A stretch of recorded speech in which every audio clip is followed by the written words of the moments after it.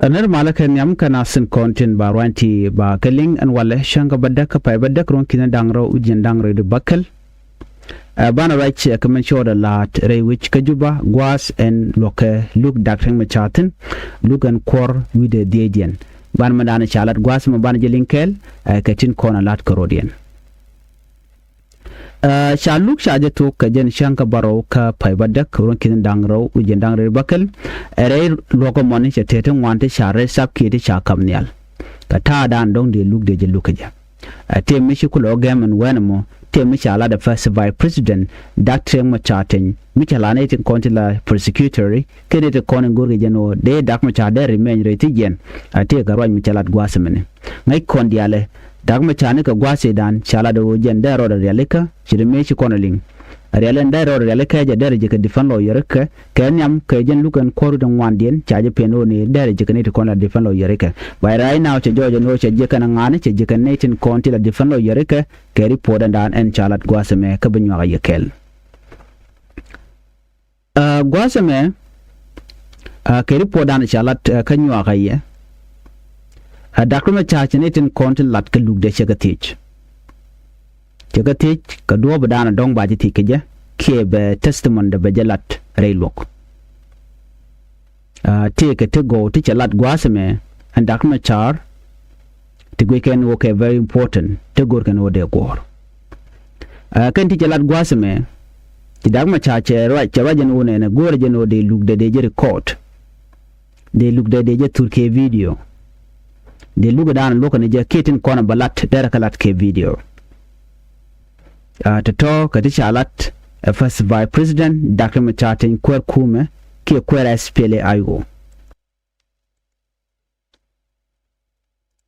Dr. Machar chela do nene ajeni digital record benetin wan bagalok mu wa look de ma waje record ke video ke audio ajana benetin wan bagalok cause gorjano benedi albuga dil teka ngai keja ko dune testimony ka testimony medit mu gorgano de lingane ideal jani en testimony da ke jodana balad mu gorjano de record ke jama ajani be future court be jalok be researcher be kalok ba academic institution ba be kalok ngai jen kamandan shitwok na me request mi chalat Dr. Machar tejenetin kontila judge no gorjano badunda baje record ke audio kene video ke goro ba de jelat ke live video ala national tv de gujane dial chikari ko samo chikana top ka do badana chela ne ja ajene ne man chala the first by president Dr. Machar ajene digital record beta danen ladne je bejagang ko dong yo de lo moy ke chuk ana men chelara ne menene makana ko record jen ba record bay gorti chelat ke video kanten ko na chelat ka cha gork lajen ke cha gork tede chineden kon tila judges ano chikala do nene bukala ogwiten ci Dr. Machar defend lawyer ka ko ngai kon dial me dan ci ko weje ka jen shanka bakal ka pai badak ron kin dawo yen dangro de bakal akan kan na we aki akan shang yeri nga kana to shang liang gwa kode ci go je gaje ci kon dial ngaje ne chapin kenyam dina kore ci ko weje ci ko wodwal mi ci ko duwala ci la successful ci ka jian den pan ga shanga baro ka pai badak ron kin dangro jen dangro de bakal ci Dr. Machar ci we gwalok chaje jech and then charwach request ne amache chulat gorjeno ba video de ki code testimony de ba je dil turke video ka ba je dil record ke audio kanyok bane sheritan transcript bache je tupche submit mi cha gor la jen ba ku lo compare mi dong chicken chat Michigan chat ke gwalkan ba ku lo nyoguche yo bene ko la prosecution team bikan chwa we ka video mitem gi ken no chitika dio kaman dan cha gor bu we ga video bikanen kamite mite ga video ka gi ken no kan kan linga gwa bikan we kaman dan cha gor bikan o chekten ajen chala do gore jen bala accurate amandana balat difference kala do nena banete man baga look baga prepare ke the legal argument mite mular kene muku kana dot baga kan ci awetan bukan ci wejek no ngai kona dagma char mugor jeno de duna de jer court ke jamo o take charge serious allegation ti chalat ke kwida ko jan cha gwani no jan jena ce kanak jan te ka kwakti ce yar ce kum sos dan ce yan maki gor jan dara ko dar jakan ka te ka kwakku mutun wanti ci jek ti cha yar ne ka ti dialati ke goini ke chak chang ti chala duide so kuji magor jano ba ka di record gwa ano ka beti ka evident ba no bo kume te ba nyu no jen jana mo cha jayar ka ba mandan la de la jen ba la chiti mi chana jogono ba ka record gwa se me chikon dia la ngaji no di Nathan Conley Kel ke first by president document channel kon chaga yen Kel chicken all the charges chicken get deny tin cha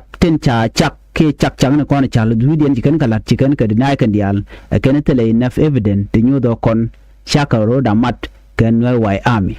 gwa se dan nyin ketin ke de nya SSPDF ken na mo kan e kolat mishi defend lawyer chicken warga document charge kan sami da ka query recording ka ko de ja record ke video kan audio can reject immediately the no chine ko la prosecutors aji kan jona o moye ne ga time ane wuro da realika mishi ga da realika bune lu njok bune larma dan le roda wena mo michi document charge roje ka cha ngaji manana gore cha chu larano en look ba jo lat ka changawal ka pay badak ron kine dangro wudi jan dangro wi de bakel ajan changa danen gu gejeno bi Dr. Machar be evidence ka tin gu jeno kana telmin nangatin ba ko lat ke jan changa mo be testimony de ke roide men gu jeno ba gangro ba jawlat ko kan de diala kono goyngene je ke te ko de chitu ka Nasser ka jan pay doge dan ron kine dangro jan dangro wi de dich gwada ichi prosecutors kene rekona shunkel ke self kim yadit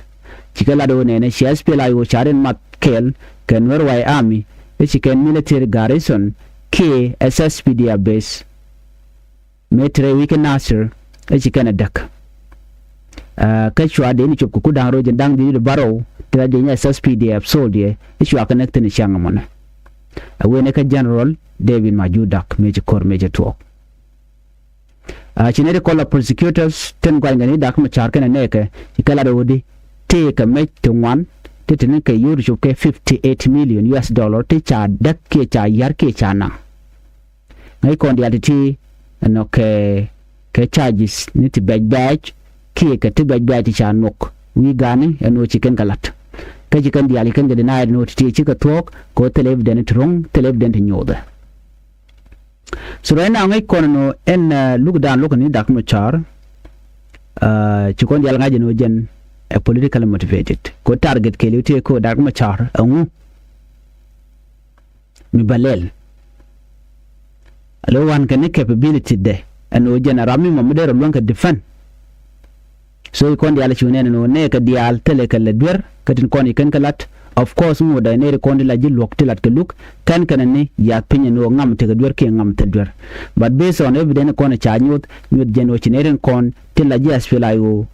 ten kelke dak Machar chikala no tele evidence men la enough ke mo do no ken etika connection me dan shodal me shodalat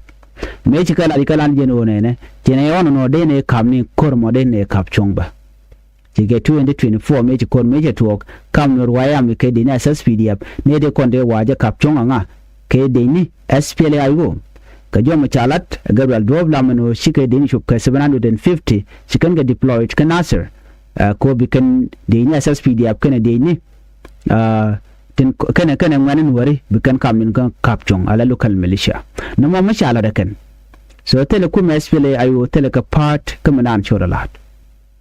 request de chala me danakan da lawo chala do unify for they get deployed mi chao turn down ban kum self ke mi yadi so ne da konen chala da kum SPLA yo te garek kum self ke mi yadi kene da konen ko jeno bi malbu ben kano dop kene na mi chigin yin ke local community ba la no to ne to ko control nga ku control dak ma cha so those are the reason konen let kan tin je gale konen ci to let kan wi dak ma cha kana ne ka